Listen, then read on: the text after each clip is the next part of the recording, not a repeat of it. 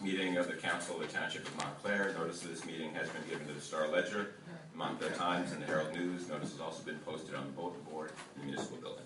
Clerk, please call the roll. Thank you. Mayor Freed? Here. Councilor Vernon?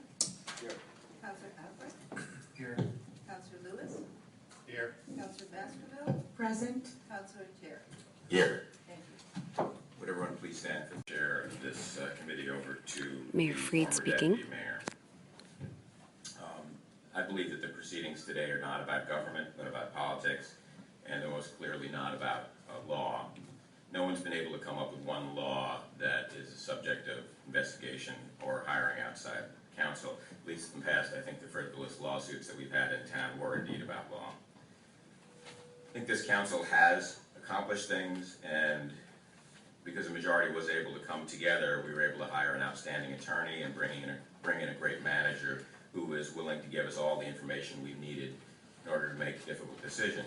And those decisions have been and are indeed being made to root out waste and inefficiency, and yes, also cut out some of the extras that we can no longer afford if we want to maintain ourselves as an economically diverse community.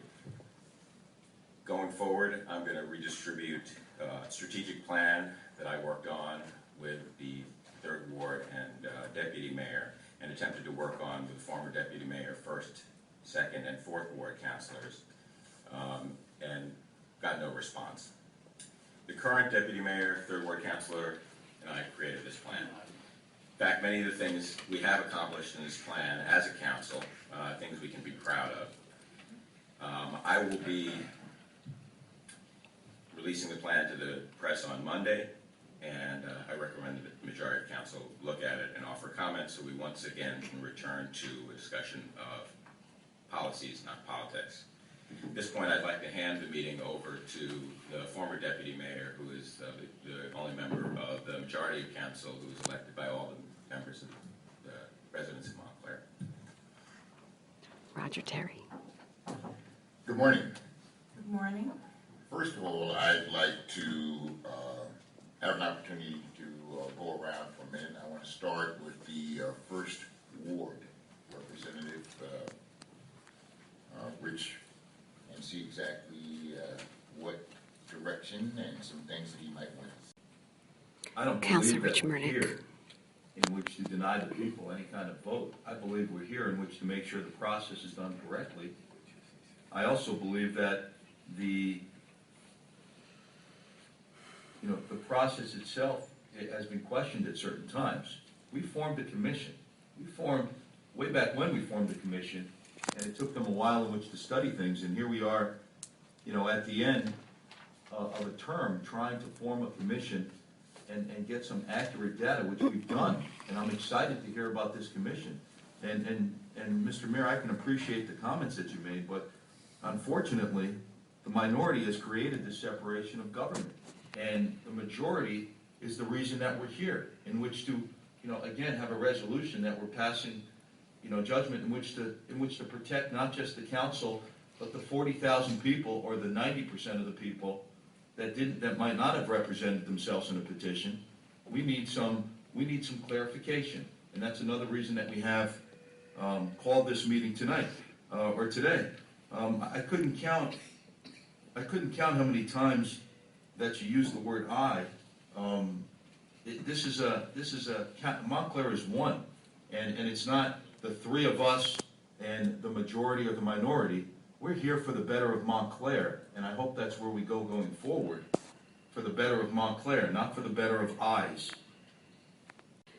Councilor Today's Baskerville. meeting is solely for the purpose of us appointing legal counsel for Township Council, the majority of council.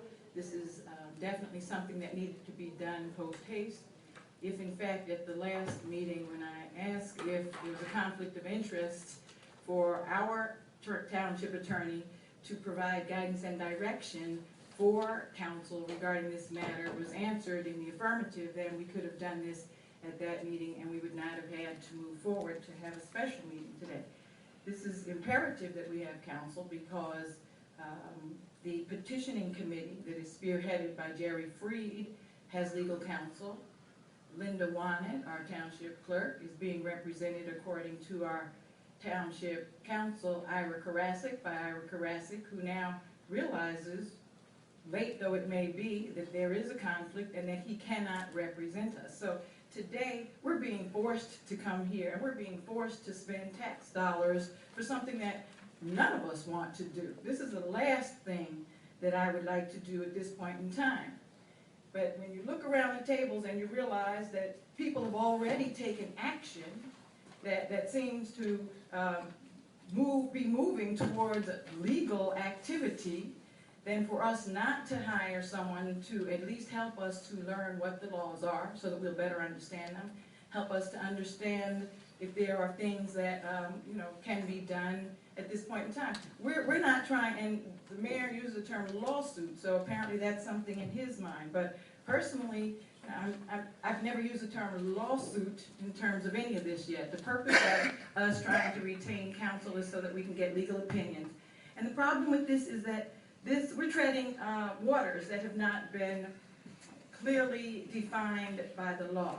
While there's certainly very, very clear deadlines for dates and times and things that we must adhere to according to the letter of the law, there are other things here in terms of having our titular head taking legal actions against us that haven't been so thoroughly explored by the law.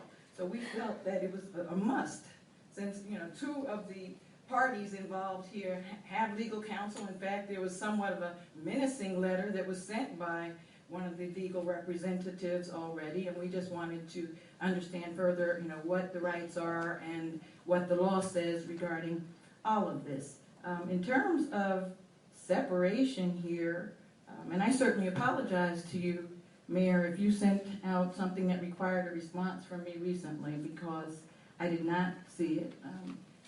Granted, I've been, swamped with additional emails and correspondence, but if there is anything that requires something, I feel like that I'm standing on a different side at this particular moment on this one issue from maybe some of the colleagues, and we're split on this solo issue. But again, I'm hoping that the rest of my colleagues have the same spirit that I do. This is one issue that we differ on, and this is not something that is unusual. I guess the degree to which people felt the need to go hire lawyers and those type of things put us in an uncomfortable position, forcing us now to have to also hire an attorney. But I think that other than the fact that we're differing here, I certainly don't feel like I have any split with anybody on. Councilor Lewis. Excuse me. I actually was not going to say anything because it seemed to me that this was something of a fait accompli, and what's going to happen in the next 10 minutes was going to happen regardless of what anybody said. But it does seem to me that some of the comments that are made have raised some issues that really need to be, at least, they're not going to be addressed, but they at least need to be discussed. One is that, look, you want to hire lawyers to represent you. You can hire lawyers to represent you. That's, it's a free country. You can always do that. But you have to do it if you're going to spend the town's money to hire an attorney to represent you, it has to be for a municipal purpose. And I really don't see a municipal purpose here. The role, this is the council hiring a lawyer. And if you're going to hire a lawyer, it's the council hiring a lawyer to represent the council. So it's not representing just the four people who have staged this little mini coup d'etat. The lawyer has to be representing the entire council, it seems to me. So that in itself indicates that the kind of problem that you have here is that you have four members of the council have decided they want to hire a lawyer to represent them, and they want the town to pay for it. So that's one problem. And the other thing is that the role of the council in one of these initiative petition procedures is pretty limited. I mean, you get your 1,400, 15, whatever, however the number of signatures that you get, and the proposed ordinance is submitted to the council. The council votes it up or down, and that's it. I mean, that's the council's role in this procedure. So, while I appreciate that other members of the council may have concerns about various issues, they aren't really council concerns. They're concerns that they have as individual councilors, and I honestly question what the municipal purpose is of hiring outside counsel here. And I know they're gonna do it anyway, so I mean, it's fine, and as I said, this is a fait accompli, and it's over, and they're gonna do it. But I think that issue does need to be out there, and so I think I wanted to just say that. And I would also say that the Committee of Petitioners has hired an attorney to represent them, and they are paying at whatever legal expenses will arise as a result of that, not the town. I'd just like to respond to that as I do not believe it would be appropriate for me to do so. He's talking about recusing himself. He's not going to. I can wear two hats. I can be an individual person. I can be an individual resident of Montclair who seeks to get people to sign a petition, and I can be a member of the council. I do not believe that those two positions are mutually exclusive. And furthermore, I'm an elected official, and it would be, it seems to me, a complete dereliction of my duty to leave, to not be on the council when this or any kind of other issue was being discussed. So as far as I'm concerned, I'm on the council. This is not a 4-person council that deals with the petition. It is at least a 5-person council since I'm on it, and I suspect that Mayor Freed and Councilor Weller-Deming would take the same position. That I agree Roger with Terry. Councilor Murnick, Councilor Baskerville, Councilor Affleck, basically. We're here to make sure that this process is moved forward legally, okay, that's most important, because when you put your hand on the Bible and you swear to uphold the laws of the Township of Montclair, you want to make sure that you do things properly and legally. That's Fairly also. You know, there's some things that I believe that haven't been done fairly here. And as have been stated by some of my colleagues here, that unfortunately we have to retain someone to help us out to understand exactly what we need to do to move forward at this point. I don't Councilor believe that we're Rich-Murnick. here in which to deny the people any kind of vote. I believe we're here in which to make sure the process is done correctly. I also believe that the